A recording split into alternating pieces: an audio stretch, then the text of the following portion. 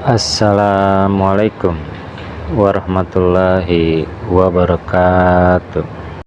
Jumpa lagi para pendengar Pelita Ilahi yang dianugerahi kasih sayang ilahi di dalam solusi jawaban sehari-hari berkenaan dengan bagaimanakah Jamaah Muslim Ahmadiyah menjelaskan warisan Al-Masih yang dijanjikan. Ada seseorang mengirimkan surat kepada Hadrat Amirul Mukminin Khalifatul Masih kelima Ayyadahullahu ta'ala binasrihil ajiz berkenaan dengan keberatan yang diajukan oleh seorang kerabat mereka, di mana menulis hadis ahli waris Nabi Muhammad Sallallahu Alaihi Wasallam terus mendapatkan manfaat dari hartanya sesuai keadaan, tetapi tidak menjadi pemiliknya sebagai ahli waris. Namun harta Al-Masih yang dijanjikan dibagikan kepada ahli warisnya sebagai warisan. Lebih lanjut, Al-Masih yang dijanjikan telah menulis di dalam tafsir wa mimma razaqnahum yunfiqun, bahwa para nabi menghabiskan semua harta yang mereka miliki dan tidak menyimpan sepersen pun dinar di rumah mereka. Mendengar hal ini, beliau bertanya, bagaimana seharusnya hal ini dijawab?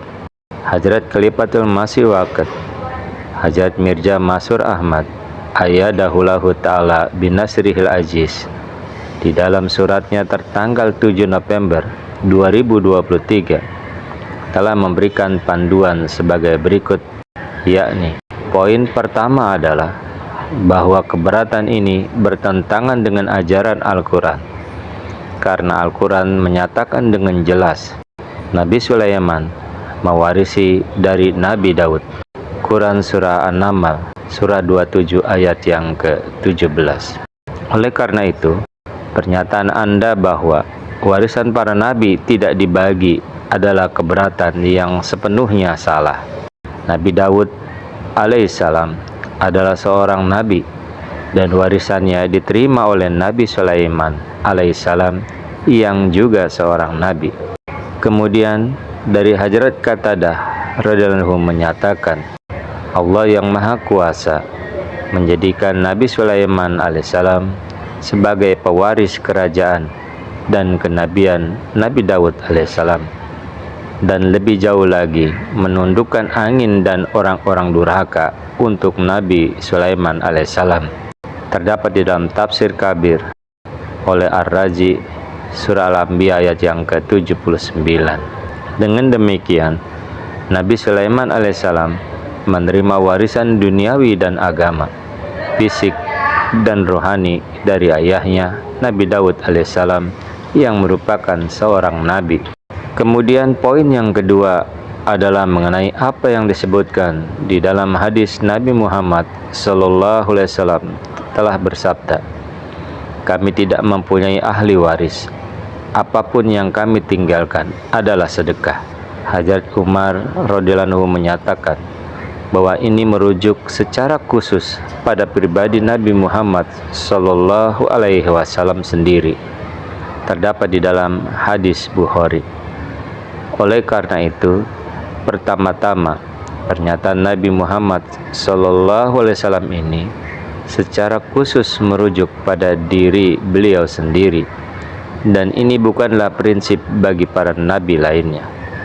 Kedua, di dalam hadis ini Nabi Muhammad SAW menyatakan hartanya sebagai sedekah.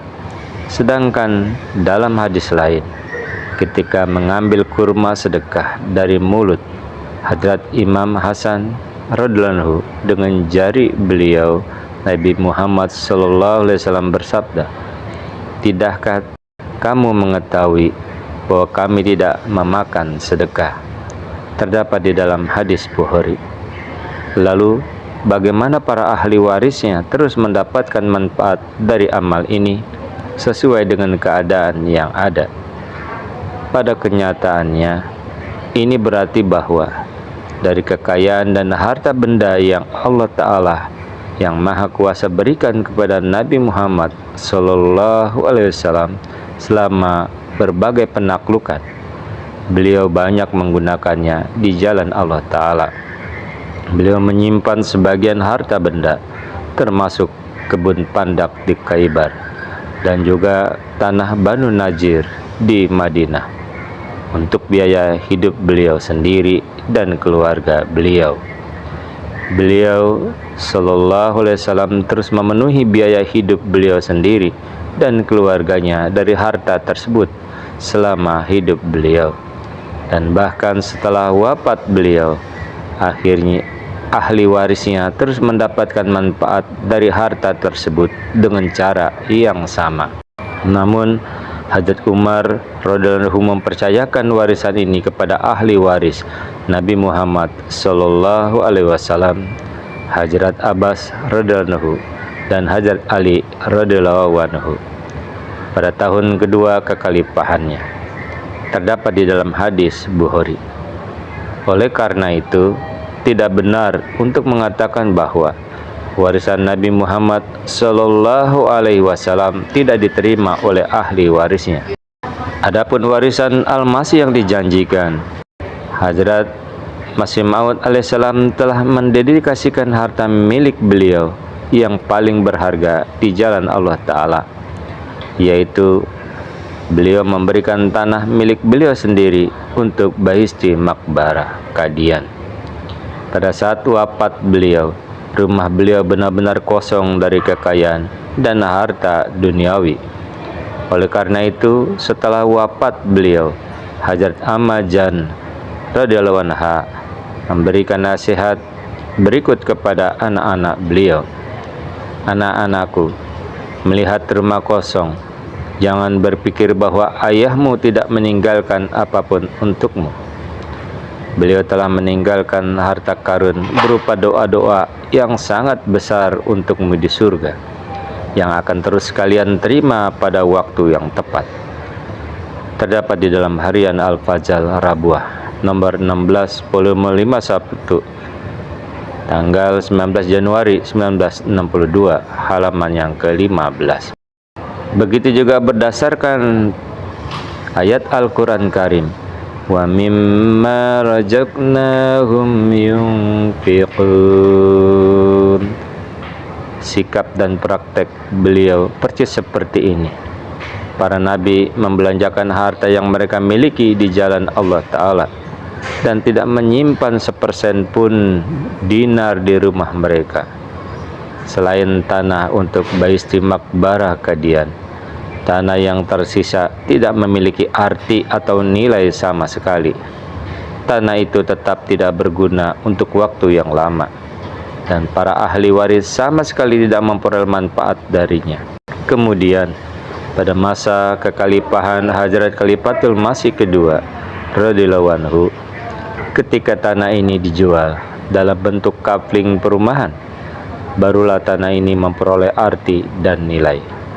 Bahkan pada saat itu, Hadrat Khalifatul Masih kedua radhiyallahu menggunakan sebagian besar pendapatan dari tanah ini semata-mata untuk kegiatan jamaah Ahmadiyah.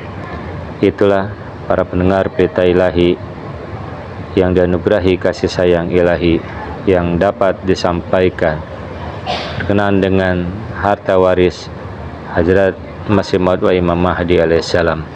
Mudah-mudahan kita dapat memahaminya. Amin. Assalamualaikum warahmatullahi wabarakatuh.